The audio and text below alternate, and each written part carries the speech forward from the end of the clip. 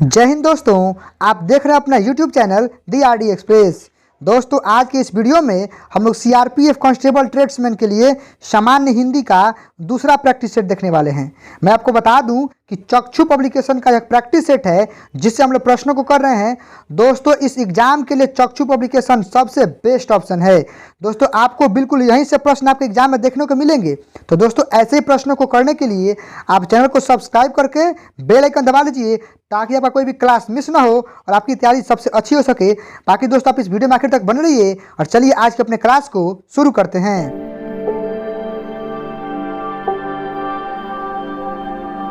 दोस्तों, आज का पहला प्रश्न आपके सामने है। कह रहा है कि मृग के समान आंखों वाली कहलाती है। ऑप्शन है मीन केतु, मीनाक्षी, मृगनयनी या मृगांक।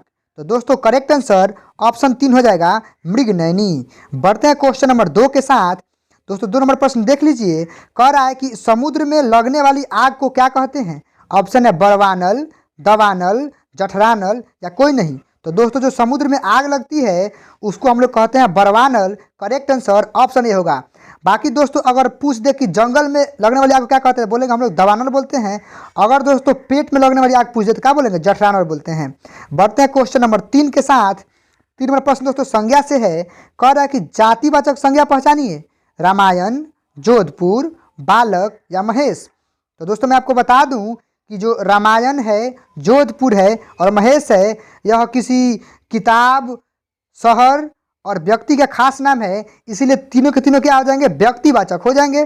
लेकिन हमसे क्या पूछा, जातिवाचक। तो बच गया ऑप्शन 3 जो कि करेक्ट आंसर होगा। बालक ही दोस्तों जातिवाचक होगा। बढ़ते हैं क्वेश्चन नंबर 4 के साथ। देख लीजिए क्वेश्चन नंबर 4 को दोस्तों। यहाँ पे दोस्तों कह रहा है कि उड़ना शब्द का भाववाचक रूप क्या होगा। ऑप्शन है उड़ान, उड़ाई, उड़पन या उड़ाव। तो दोस्तों, ये तीनों के तीनों तो कोई शब्द है नहीं। तो करेक्ट आंसर ऑप्शन ए हो जाएगा, उड़ान। बढ़ते हैं क्वेश्चन नंबर 5 के साथ। दोस्तों, 5 नंबर प्रश्न आपके सामने है। कह रहा है कि तुम जो है वह व्याकरण की दृष्टि से क्या है। संज्ञा है, सर्वनाम है, विशेषण है या क्रिया है। तो दोस्तों, तुम क्या होता है, सर्वनाम होता है जो कि संज्ञा के स्थान पर आता है। करेक्ट आंसर ऑप्शन 2 हो जाएगा। बढ़ते हैं क्वेश्चन नंबर 6 के साथ। दोस्तों, विशेषण से प्रश्न है कि संस्कृति का विशेषण क्या होगा। संस्कार, सांस्कृतिक, सांस्कृतिक या विकृति। तो दोस्तों, संस्कृति का विशेषण होता है सांस्कृतिक। इक प्रत्यय लगने पर शुरू वाला जो होता है वो दीर्घ होता है, इसलिए सांस्कृतिक और सांस्कृतिक नहीं होगा। बढ़ते हैं क्वेश्चन नंबर 7 के साथ। दोस्तों, 7 नंबर प्रश्न आपके सामने है। क्रिया से है कि वह स्नान करके पढ़ने चला गया। इसमें कौन सी क्रिया है, तात्कालिक क्रिया, पूर्वकालिक क्रिया, प्रेरणार्थक क्रिया या सजातीय क्रिया। तो दोस्तों, देख लीजिए कि सबसे पहले इसमें ना हुआ है जब पहले एक काम खत्म हुआ है कि पहले वह स्नान किया है उसके बाद पढ़ने गया है। तो इसका करेक्ट आंसर हो जाएगा पूर्वकालिक क्रिया की एक घटना पहले हो गई है उसके बाद दूसरा अंजाम पे जा रहा है। बढ़ते हैं क्वेश्चन नंबर 8 के साथ। दोस्तों, देख लीजिए क्वेश्चन नंबर 8 कि राधा आई यह कैसी क्रिया है, तात्कालिक, पूर्वकालिक, प्रेरणार्थक या सामान्य। तो सिंपल सी बात है, राधा आई, इसमें आई कैसी क्रिया है, सामान्य क्रिया है। जिसमें सिर्फ एक ही क्रिया लगा हो उसको बोलेंगे सामान्य क्रिया।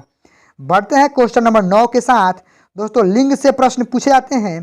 कह कि विद्वान का स्त्रीलिंग रूप क्या होगा, विद्वात्री, विदुषी, विद्वानी या विद्वत। तो दोस्तों, विद्वान का स्त्रीलिंग रूप होता है विदुषी। करेक्ट आंसर ऑप्शन 2 हो जाएगा। बढ़ते हैं क्वेश्चन नंबर 10 के साथ। दोस्तों, 10 नंबर प्रश्न भी लिंग से है। कह रहा है कि सूर्य का स्त्रीलिंग रूप क्या होगा, सूर्या, सूर्यी, सूर्यानी या सूर्भी। तो दोस्तों, सूर्य का स्त्रीलिंग रूप होता है Surya. Correct answer option A होगा। बढ़ते हैं क्वेश्चन नंबर 11 के साथ। आप 11 नंबर प्रश्न को समझ लीजिए। दोस्तों, 11 नंबर प्रश्न जो है वह कारक से है। राम के 3 लड़के हैं, इसमें कौन सा कारक है।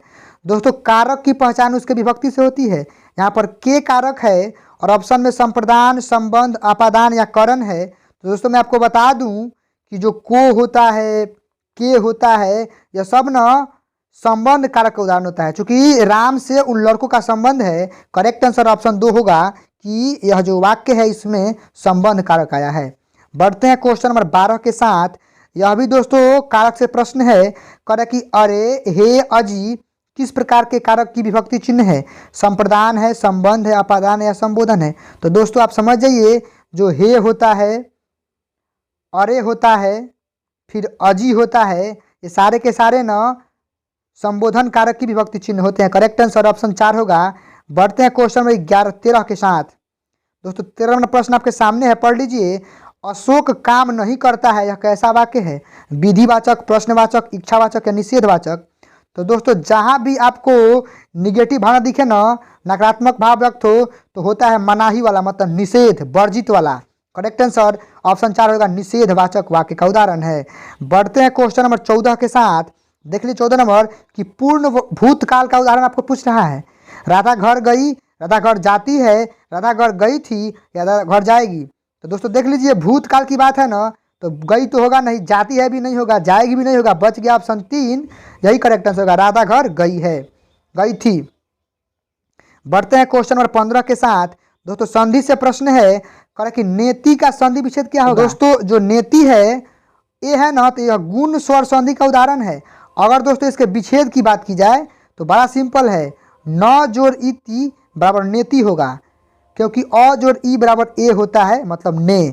आपको इस पर कंफ्यूज नहीं होना है। करेक्ट आंसर ऑप्शन ए होगा, न जोड़ इति बराबर नेति। बढ़ते हैं क्वेश्चन नंबर 16 के साथ।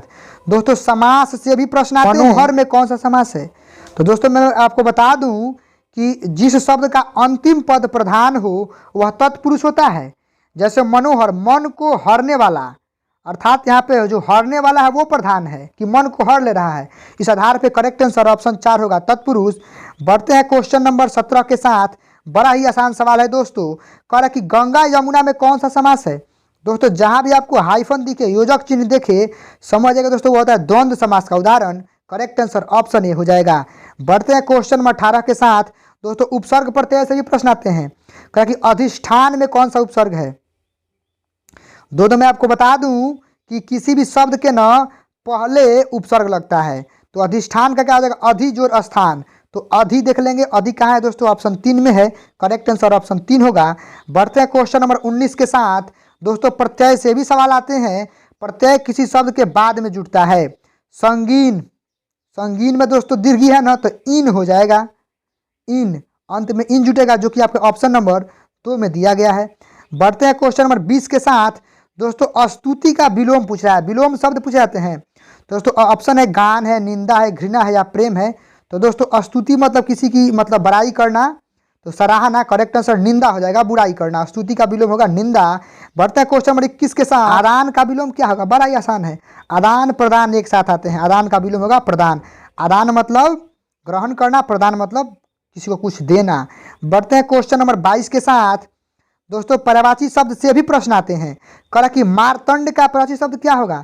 चंद्रमा, सूर्य, वरुण या इंद्र? तो दोस्तों जो मार्तंड होता है वह सूर्य का पर्यायवाची शब्द होता है।